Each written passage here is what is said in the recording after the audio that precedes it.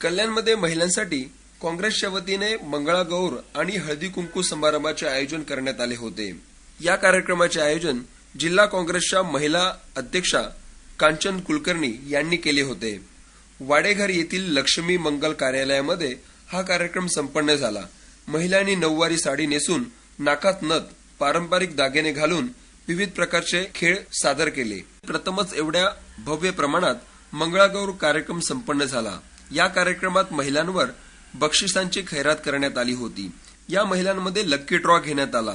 यामध्ये माधुरी बंगाली प्रथम पारितोषिक म्हणून 32 इंची LCD व पैठणी देण्यात आली, तर दुसरा क्रमांक पटकावणाऱ्या अंजली गुप्ता यांना फ्रीज व पैठणी देण्यात आली, तर तिसऱ्या क्रमांकाच्या विजेत्या सुरेखा जामदार यांना वॉशिंग मशीन आणि पैठणी देण्यात आली, तर चित्रा मडवी यांना सर्वोत्तम पारंपरिक वेशभूषेसाठी विशेष पारितोषिक म्हणून सोन्याची नथ व पैठणी प्रदान करण्यात आली। विजेत्या महिलांना महाराष्ट्र प्रदेश महिला काँग्रेसच्या प्रदेशाध्यक्षा अॅडव्होकेट चारुशीला टोकस व आयोजिका कांचन कुलकर्णी यांच्या हस्ते गौरवण्यात आले। विशेष म्हणजे या कार्यक्रमास आलेल्या प्रत्येक महिलेस आकर्षक असे वाण देण्यात आले। हे सरकार महिलांना सुरक्षा देण्यासाठी अपयशी ठरले असून महिला सुरक्षिततेबाबत सरकार गंभीर नाही। राज्यात बलात्काराच्या घटना वाढल्या आहेत, तर मंत्र्यांचे खासगी सचिव विविध गुन्ह्यामध्ये अडकले असून अशा प्रकारच्या घटना रोखण्यासाठी युवती सेलची स्थापना करून युवतींना आणि महिलांना संरक्षणाचे धडे दिले जाणार असून जेणेकरून महिला स्वतःचे संरक्षण स्वतः करू शकतील, अशी माहिती काँग्रेसच्या महाराष्ट्र प्रदेश अध्यक्षा अॅडव्होकेट चारुलता टोकस यांनी दिली।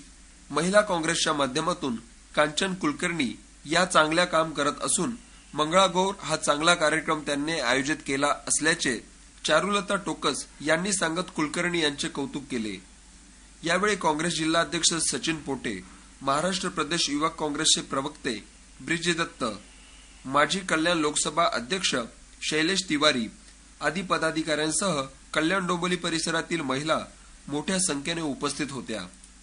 आमचं जे काही कार्य आहे, काँग्रेसने आतापर्यंत जे काही केलं, जे हे म्हणतायत की काय केलं 60 वर्षामध्ये, ते आम्ही सगळ्यांना सांगतोय। कारण कुठेतरी आम्हाला असं वाटलं की आम्ही फक्त केलं, सांगितलं नाही, लोकांपर्यंत कदाचित पोहोचवलं नाही, आणि ह्यांनी जे केलं नाही किंवा जे त्यांना कधी करायचंच नव्हतं ते सगळं त्यांनी खोटे आश्वासनं देऊन आणि खोटं सांगून आणि फक्त मीडियावर काबीज करून प्रत्येक वेळेला टीव्हीवर येऊन त्यांनी नुसतं जाहिरातीमध्येच हे सगळं सांगितलं आणि शेवटी काही होत नाहीये।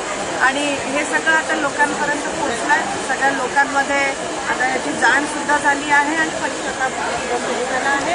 आणि म्हणून मागच्या 1-1.5 वर्षाच्या काळामध्ये जिथे जिथे स्थानिक स्वराज्य संस्थेच्या निवडणुका झाल्या आहेत किंवा पोटनिवडणुका झाल्या आहेत, तिथे काँग्रेसला चांगलं भरघोस यश मिळालं आहे। आणि पुढेही ज्या काही स्थानिक स्वराज्य संस्थेच्या निवडणुका या 2016च्या शेवटी आणि 2017मध्ये होणार आहेत, तिथे काँग्रेस नक्कीच चांगल्या प्रमाणामध्ये भरघोस मतांनी निवडून येईल, एवढंच मी इथे सांगू इच्छिते। आणि एक चांगला कार्यक्रम कांचनताईंनी इथे आयोजित केला आहे, त्यांचंही मी अभिनंदन करते। सगळ्या महिलांनी याच्यामध्ये पुढे येऊन हातभार लावला आहे आणि सहकार्य केलं आहे, म्हणून त्यांचं सुद्धा मी अभिनंदन करते। आणि या कल्याण डोंबिवलीमध्ये सगळे एकत्र येऊन काम करतील, सगळ्या महिला एकत्र येऊन काम करतील